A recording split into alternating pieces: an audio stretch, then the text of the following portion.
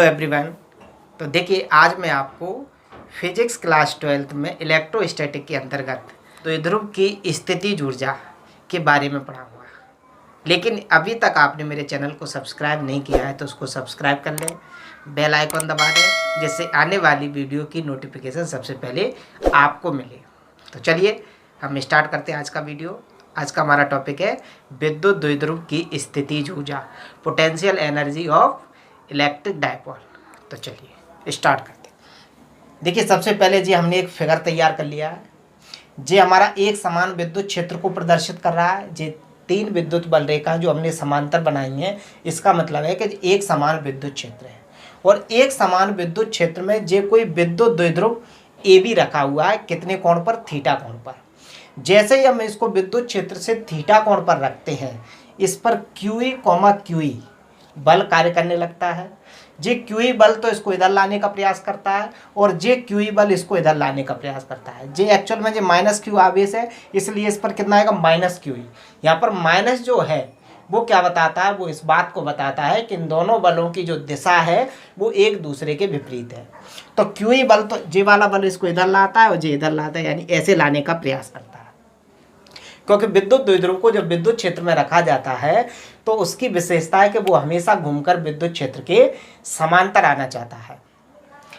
चलिए एक चीज और समझ लीजिएगा कि देखिए जब जे जो क्यूई बल इधर लग रहा है तो क्यूई की जो क्रिया रेखा है वो जे होगी। यहां भी जो क्यूई बल नीचे की तरफ शो किया है तो इसकी क्रिया रेखा जे होगी। तो इन दोनों के बीच की जो दूरी होगी, लंबवत दूरी, वो जे मानी जाएगी। क्योंकि जे वाला क्यूई बल ऊपर की तरफ कार्य कर रहा है क्योंकि इसकी क्रिया रेखा जे नीचे वाला इसकी क्रिया रेखा, दोनों के बीच की लंबवत दूरी जे मानी जाएगी। तो जी AC क्या हो जाएगा, दोनों के बीच की लंबवत दूरी। तो इस तरह हमने जी समकोण त्रिभुज को ड्रॉ कर लिया है। तो सबसे पहले हम इसी बात को लिख देंगे। इसमें एक चीज और समझनी है कि जब विद्युत द्विध्रुव विद्युत क्षेत्र के लंबवत होता है, जे मान लीजिए कोई विद्युत द्विध्रुव है, जे विद्युत क्षेत्र के समांतर रखा हुआ है। जब इस विद्युत द्विध्रुव को विद्युत क्षेत्र के लंबवत रख दें कुछ इस प्रकार से 90 डिग्री के कोण पर, तो इसको हम विद्युत द्विध्रुव की मानक स्थिति कहते हैं। अर्थात जब विद्युत द्विध्रुव विद्युत क्षेत्र के लंबवत स्थित होता है तो उसे विद्युत द्विध्रुव की मानक स्थिति कहते हैं। तो पहले तो हम इसकी डेफिनेशन लिखेंगे। डेफिनेशन क्या होगी इसकी, जब इसको हम मानक स्थिति में रखें और जैसे ही जो मानक स्थिति से घूमकर वर्तमान स्थिति तक आ जाए, जो हमारी वर्तमान स्थिति है, थीटा कोण पर जो रखा है वो क्या है, हमारी वर्तमान स्थिति। और जब जो 90 डिग्री के कोण पर रखा है तो जो इसकी मानक स्थिति। तो जब विद्युत द्विध्रुव मानक स्थिति से घूमकर वर्तमान स्थिति में आ जाता है तो घूमने में जो कार्य किया जाता है वही कार्य विद्युत द्विध्रुव की स्थितिज ऊर्जा के बराबर होता है। तो विद्युत द्विध्रुव की स्थितिज ऊर्जा की डेफिनेशन बहुत ही सिंपल है कि जब विद्युत द्विध्रुव को उसकी मानक स्थिति से वर्तमान स्थिति तक घुमाने में जो कार्य किया जाता है उसे विद्युत द्विध्रुव की स्थितिज ऊर्जा कहते हैं और इसे कैपिटल U द्वारा प्रदर्शित करते हैं। तो इसी बात को मैं लिख दे रहा हूँ। तो हम विद्युत स्थितिज ऊर्जा की डेफिनेशन लिख रहे हैं। तो जे इसकी डेफिनेशन हो गई, विद्युत द्विध्रुव को उसकी मानक स्थिति से, मानक स्थिति मतलब जब वो विद्युत क्षेत्र के लंबवत रखा है, वर्तमान स्थिति जब वो थीटा कोण पर रखा है, यानी कि इस स्थिति को, तो मानक स्थिति से वर्तमान स्थिति तक घुमाने में किए गए कार्य को ही विद्युत द्विध्रुव की स्थितिज ऊर्जा कहते हैं तथा इसे कैपिटल U द्वारा प्रदर्शित करते हैं। तो ये तो हो गई इसकी डेफिनेशन। फिर इसका जो चित्र बना देंगे। अब इसका हमें डेरिवेशन लाना है, इसका फॉर्मूला लाना है। ठीक, तो हम क्या करेंगे, सबसे पहले इसकी थ्योरी लिखेंगे। तो थ्योरी में हम क्या लिखेंगे, माना AB एक विद्युत द्विध्रुव है जो -Q तथा +Q आवेशों से मिलकर बना है, जिनके बीच की दूरी 2a है। ठीक है, जब विद्युत द्विध्रुव को मानक स्थिति में रखा जाता है तो उस पर क्यूई क्यूई बलयुग्म कार्य करने लगता है। जैसे इस स्थिति पर रखा था इनिशियली 90 डिग्री पर, तो देखिए इस वाले सिरे पर क्यूई बल इधर कार्य करेगा और इस वाले पर क्यूई बल इधर के लिए कार्य करेगा। तो क्यूई क्यूई बल कार्य करने लगता है जो उसे विद्युत क्षेत्र के समांतर लाने का प्रयास करता है, जिसे प्रत्यानयन बलयुग्म कहते हैं। तो इसी बात को मैं लिख दे रहा हूँ। इसकी थ्योरी लिख दी है इस फिगर को देखकर। माना AB एक विद्युत द्विध्रुव है जो -q तथा +q आवेशों से मिलकर बना है, इनके बीच की दूरी 2 है। विद्युत द्विध्रुव को मानक स्थिति में रखा जाता है। जैसे ही उसे हम मानक स्थिति में रखते हैं, इसके इस सिरे पर QE बल इधर कार्य करता है और इस सिरे पर QE बल नीचे की तरफ कार्य करता है। यही दोनों बल इसको क्या कर देते हैं, एक अक्ष पर घुमा देते हैं। ठीक है, तो मानक स्थिति में जैसे ही रखते हैं उस पर QE बल युग्म कार्य करने लगता है, जो उसे विद्युत क्षेत्र के समांतर लाने का प्रयास करता है, जिसे प्रत्यानयन बल युग्म कहते हैं।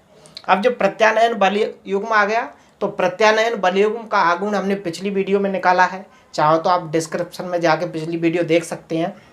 अब हम प्रत्यानयन बल युग्म का आघूर्ण भी जानते हैं, और जब आघूर्ण ज्ञात हो जाएगा तो इसको 90 डिग्री से यानी मानक स्थिति से वर्तमान स्थिति तक घुमाने में किया गया कार्य हम ज्ञात कर सकते हैं।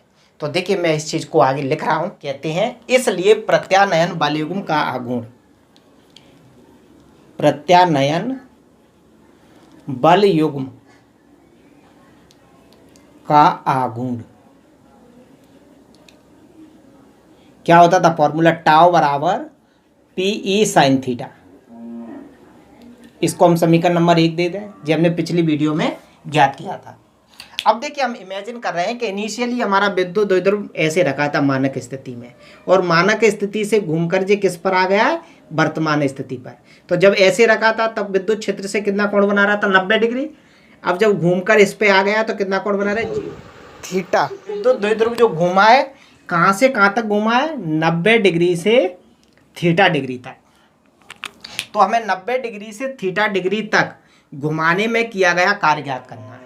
तो पहले हम क्या करेंगे, एक अल्प कोण घूमने में किया गया कार्य ज्ञात करेंगे, और फिर 90 से थीटा के बीच इसका समाकलन कर देंगे, तो कुल कार्य हमें ज्ञात हो जाएगा।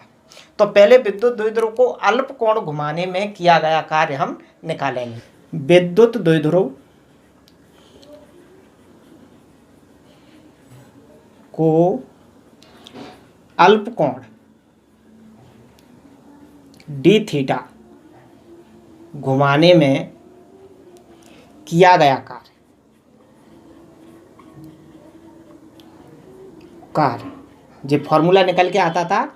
देखिए, कार्य को वैसे हम W से लिखते हैं, यहाँ अल्प कोण घुमा रहे हैं तो किया गया कार्य भी अल्प होगा, इसलिए मैं इसको DW से लिख रहा हूँ। तो किया गया कार्य DW बराबर कार्य बराबर बल, तो बल की जगह 2 बल कार्य कर रहे हैं, इसलिए जी आघूर्ण बन जाएगा। तो कार्य बराबर बलाघूर्ण इंटू विस्थापन, विस्थापन की जगह किसका विस्थापन हो रहा है, कोण का विस्थापन, तो कोणीय विस्थापन। तो कितना अल्प कोण घूमा है, तो अल्प कोण कितना है, d थीटा माना है। तो ये तो विद्युत द्विध्रुव को अल्प कोण घुमाने में किया गया कार्य आ गया, लेकिन वास्तविकता में विद्युत द्विध्रुव कहाँ से कहाँ तक घुमा है, 90 डिग्री से थीटा डिग्री तक। तो 90 डिग्री से थीटा के बीच इसका क्या कर दें, हम समाकलन कर देंगे। तो विद्युत द्विध्रुव को मानक स्थिति से वर्तमान स्थिति तक घुमाने में किया गया कुल कार्य आ जाएगा। ठीक है, तो 90 डिग्री से थीटा डिग्री के बीच यदि हम समाकलन कर देंगे, तो विद्युत द्विध्रुव को मानक स्थिति से वर्तमान स्थिति तक घुमाने में किया गया कुल कार्य हमें ज्ञात हो जाएगा। ठीक, तो मैं इसका समाकलन कर दे रहा हूं। इसलिए विद्युत द्विध्रुव को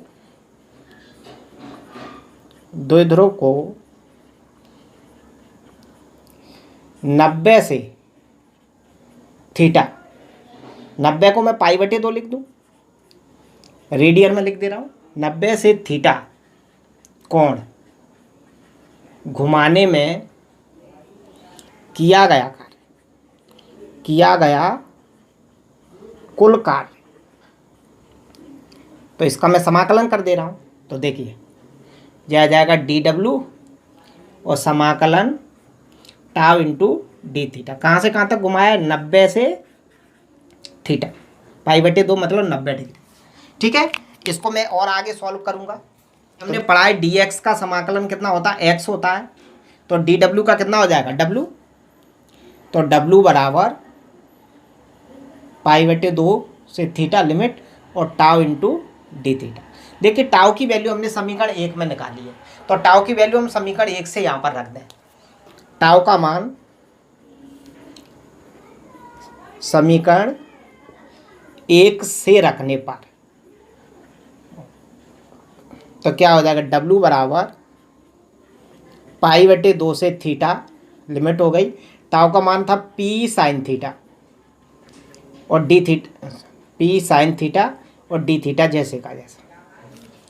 ठीक है, देखिए जब ये विद्युत द्विध्रुव घूमेगा, जब ये विद्युत द्विध्रुव घूमेगा, अभी जो 90 डिग्री पर रखा है, जैसे जैसे जो घूमेगा जो 90 का मान क्या कम होता जाएगा, कोण का मान, तो कोण चेंज होगा, बाकी सभी चीज नियतांक रहेंगी, तो कोण को छोड़कर बाकी सभी क्या होगा, नियतांक होगा। तो पीई नियतांक के बाहर आ जाएगा। तो W बराबर पीई लिमिट पाई/2 से थीटा और साइन थीटा और डी थीटा जैसे का। तो क्या हो जाएगा, W बराबर पीई जैसे का जैसा, साइन थीटा का समाकलन होता है माइनस के कॉस थीटा, तो ये आ जाएगा माइनस के कॉस थीटा और लिमिट इसकी पाई/2 से थीटा। देखिए W बराबर, माइनस को मैं बाहर निकाल दूं तो ये आ जाएगा कॉस थीटा और लिमिट पाई/2 से थीटा। देखिए अब मैं इसकी लिमिट लगा दूं तो क्या होता है, W बराबर पीई, पहले अपर लिमिट रखेंगे, थीटा की जगह अपर लिमिट क्या है, थीटा ही है, तो कॉस थीटा की जगह अपर लिमिट थीटा, फिर माइनस, अब थीटा की जगह अपन लोअर लिमिट रखेंगे, तो थीटा की जगह लोअर लिमिट कितनी है, पाई/2, तो कॉस थीटा की जगह हो जाएगा पाई/2। ठीक है, देखिए हम जानते हैं कॉस पाई/2 अर्थात कॉस 90 की वैल्यू कितनी होती है, 0, तो कितना आ जाएगा, W बराबर ये माइनस जैसे का जैसे, माइनस के पीई ब्रैकेट में कितना बचेगा, कॉस थीटा और इसकी वैल्यू हो गई 0, ब्रैकेट खोल देंगे तो W बराबर आ जाएगा माइनस के पीई कॉस थीटा। तो देखिए जो मानक स्थिति से वर्तमान स्थिति तक घुमाने में किया गया कार्य आ गया। ठीक है, जब ये मानक स्थिति में रखा था 90 डिग्री पर और अब जो वर्तमान स्थिति है थीटा, तो 90 से थीटा तक घुमाने में किया गया कुल कार्य आ गया। हमने स्थितिज ऊर्जा की डेफिनेशन लिखवाई कि मानक स्थिति से वर्तमान स्थिति तक घुमाने में किए गए कार्य को ही विद्युत द्विध्रुव की स्थितिज ऊर्जा कहती है। तो यही किया गया कार्य क्या होगा, विद्युत द्विध्रुव की स्थितिज ऊर्जा के बराबर होगा। तो इसी बात को हम लिख दे रहे हैं, यही किया गया कार्य, किया गया कार्य विद्युत द्विध्रुव, विद्युत द्विध्रुव की स्थितिज ऊर्जा के बराबर होता है। इसलिए इसी को हम U के बराबर लिख देंगे, तो U बराबर माइनस के पीई कॉस थीटा।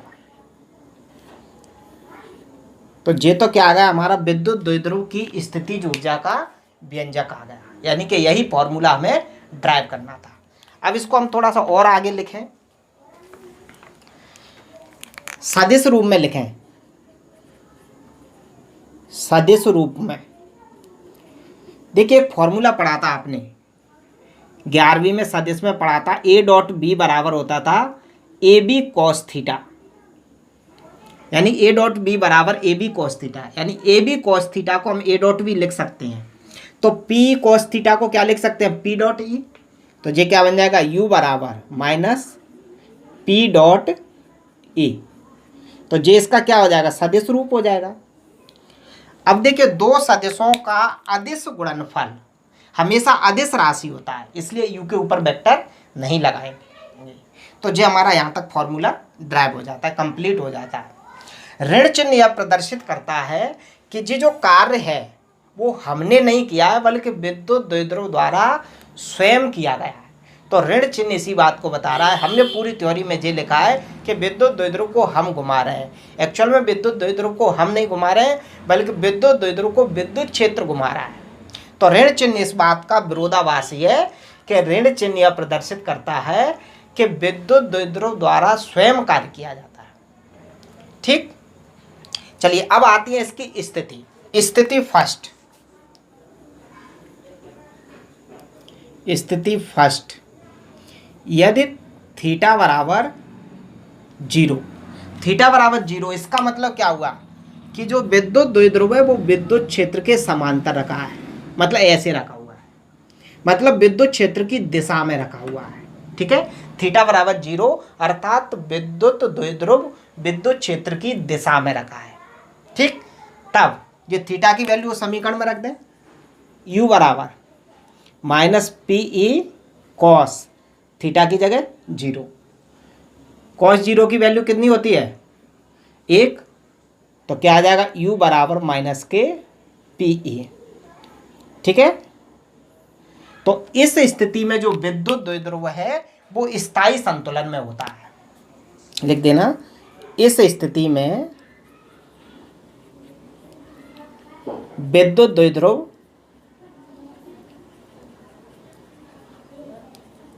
स्थायी संतुलन में होता है,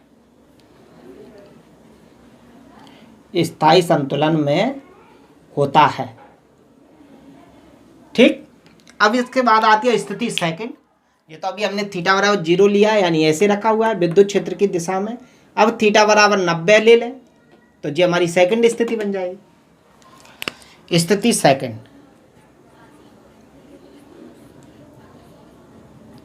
यदि थीटा बराबर 90, तो जे क्या हो जाए थीटा बराबर 90 मतलब कौन सी स्थिति होती है, देखिए जे 0 थी, ये 90 हो गई, ये मानक स्थिति हो गई।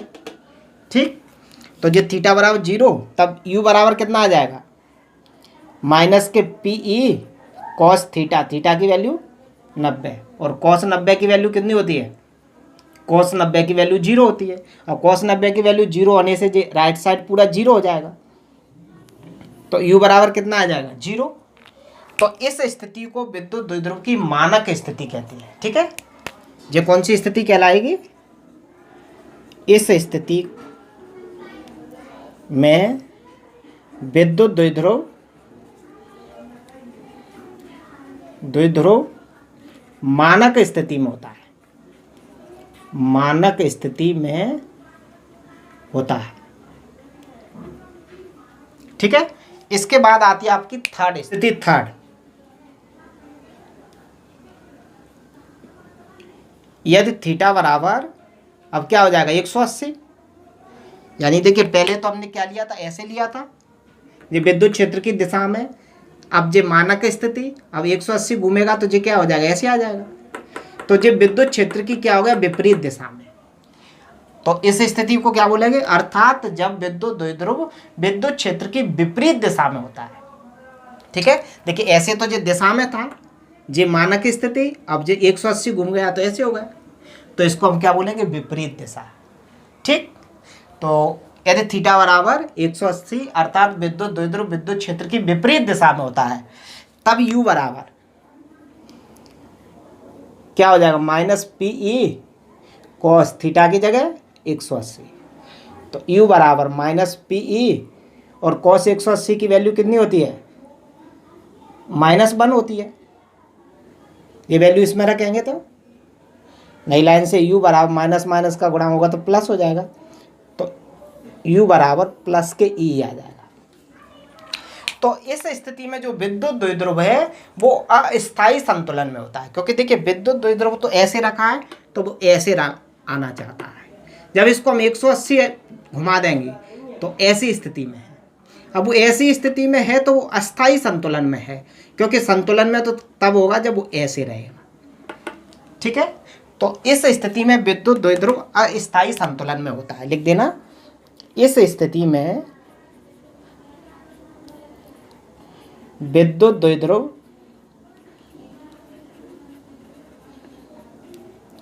अस्थायी टेम्परेरी अस्थायी संतुलन में होता है।